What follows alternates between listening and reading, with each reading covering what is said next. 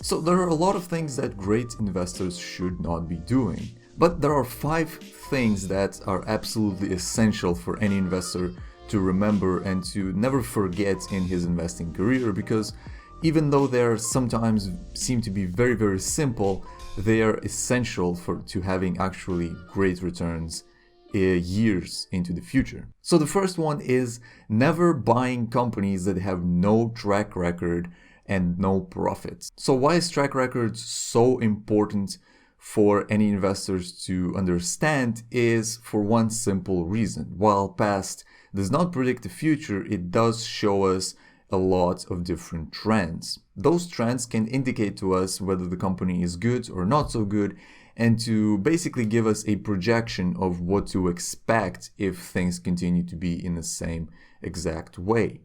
And of course, the reality is far more complicated, but when we do not have any past record of the company and of the fundamentals of the company, we have no idea of what's going to happen in the future, and we are basically making a 50-50 bet on what's going to happen. The second part is even more essential, is for the company to have actual profits. You'd be surprised how many companies are out there that have absolutely no profits. You might ask yourself, well, how do they do it? Well, very simple. They are just running up the credit and are basically hoping that people will, the investors mostly, will understand that there's enough hype to that company, into that industry, to a point where they just give them unlimited credits until the point where they can just, have a big enough company to make a profit.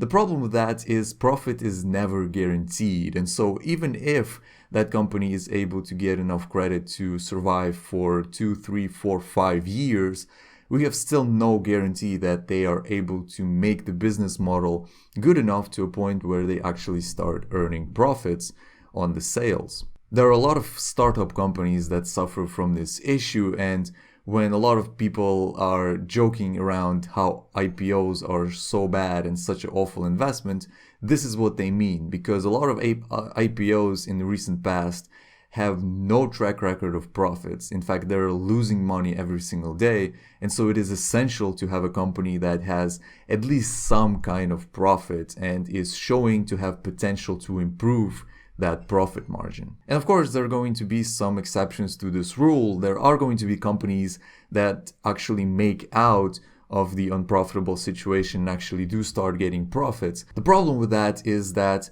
most of the companies that don't make out of that situation aren't really in the news. And so most people don't think that that's even possible. So that's an incredibly big mistake if you're buying the company simply for the hype of it and not for the fundamentals or for the actual economics of the entire business. Second mistake is purchasing stocks just because you like the annual report. And while annual reports can really give us a lot of information about the company, how the business works, is it profitable, is it good, is it sustainable, all of those questions, it can also be manipulated to a point where it actually is made for us to like it. What I mean by that? Well, a lot of the annual reports, 10Ks and 10Qs, can be manufactured by the PR departments. What that means is that they make it as appealing to the investor as possible. We have seen a lot of controversy when it comes to the EBITDA, which is basically the earnings before every other expense that the business have. Those adjusted parameters and adjusted metrics of the business are done specifically for that point of actually excluding all the secondary expenses that the company might have. This gives us basically very raw look at what the company actually is and just excludes a lot of other secondary expenses. And that can be a really big issue because those secondary expenses can be really, really important to the overall picture of the company. And when we do not know those, we are basically made believe that the company is good while it may actually not be that good. The most comical of the examples that I can give you is one of the companies in Germany that in their quarterly reports used EBITDA, which is basically earnings before interest, taxes, depreciation, amortization, and coronavirus. sounds very, very specific and very, very good for the companies to actually show that they're actually a good company. But, let's just forget all of the catastrophes that are going on in the world, and let's forget all of the expenses that, mind you, are very, very necessary for any business in this situation. But, let's forget about those and let's just focus on the good things. So the lesson here is to be extremely careful with what kind of data that we are selecting and how are we actually looking at those annual reports, because a lot of those show adjusted numbers and a lot of them are simply made for you to like the company and are not made for you to get the clear picture, the true picture of the actual enterprise. Third biggest mistake is not looking at the companies simply because of the high PE ratio. And while we are led to believe that the lower the PE ratio, the better our investment is, the problem is with some very high growth companies, that is actually not so true. So just because the company had a big growth spurt and now is selling at a lot more for the earnings that it's making, does not mean that the company is not going to grow any longer. That means that if we are sure of our assessment of the fundamentals of the company, that we know that the management is capable of producing similar growth, if not more growth, in the future, we can actually pay those high level PE ratios for the company simply for the fact that we know that it's going to grow even more. But most people don't do that, and most people lose on a lot of great opportunities simply because they are looking for that 1-to-5 PE ratio companies. And while they're very rare and they can really offer great opportunities if you do get a great company for that kind of price, it also is very, very rare. And while we are waiting for that kind of a unicorn to appear, we are maybe losing on a lot of great growth opportunities in the market. So before you actually go ahead and start looking at the price at the companies that have the lowest PE ratios, it's actually maybe a good idea to find great companies and actually understand if they are worth their cash or not compared to the growth that they're actually going to have. Fourth mistake is the common myth of diversification. So everyone believes that the more companies that you have in your portfolio, the less the risk of losing that money. The problem with it is that even though the risk is reduced, the returns are also reduced, because now the companies that had exceptional growth are going to be, stagnated by other companies that did not have that good of a growth. So how do we go around this common mistake? Very simple. We actually look for the companies that have low risk. What do I mean by that? Well, companies that are selling at a reasonable price and that have incredible organizations. So what does that mean is that the company has great competitive advantage in the industry, that the industry is expanding and the company is going to expand into that industry, and that the management is great enough to a point to realize where are the opportunities ahead.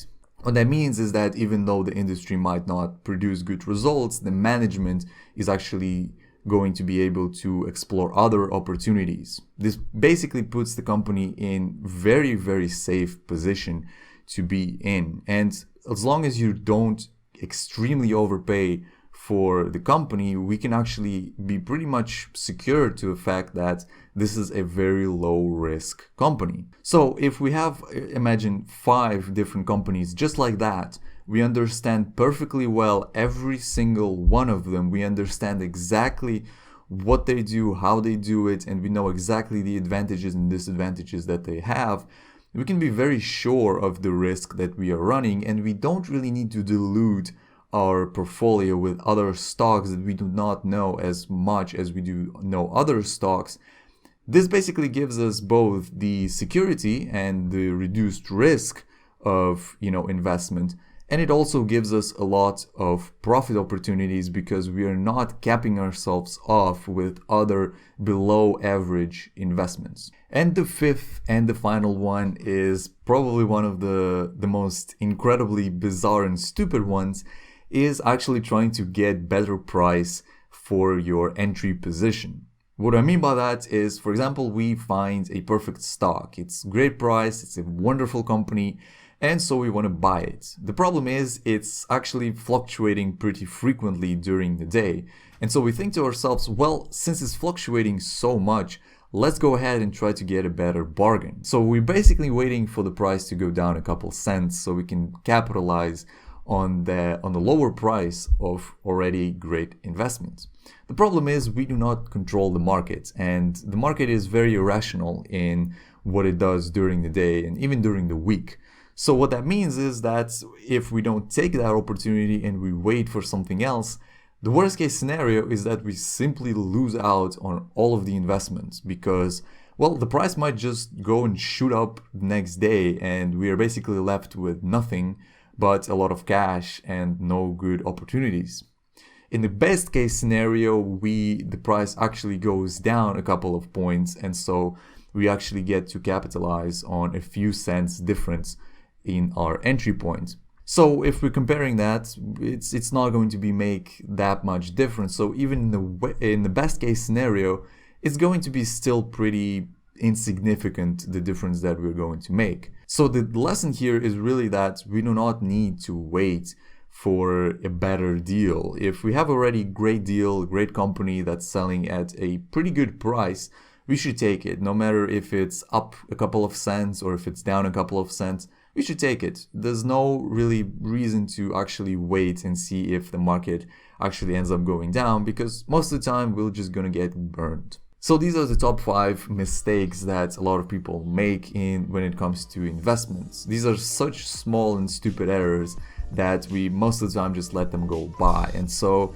if you want to learn how to make better decisions when investing, make sure to check out the last video and understand how you can actually implement these basically questions into your decision making and understand how to better invest and protect yourself against such stupid mistakes as these, for example. So hope you enjoyed the video. If you did, make sure to leave a like, make sure to comment and say what exactly do you think about all of these mistakes. Have you ever committed them? Have you ever seen someone else committed them? And let me know if you have any other ones that you think are as important than these ones, and I'll see you next time.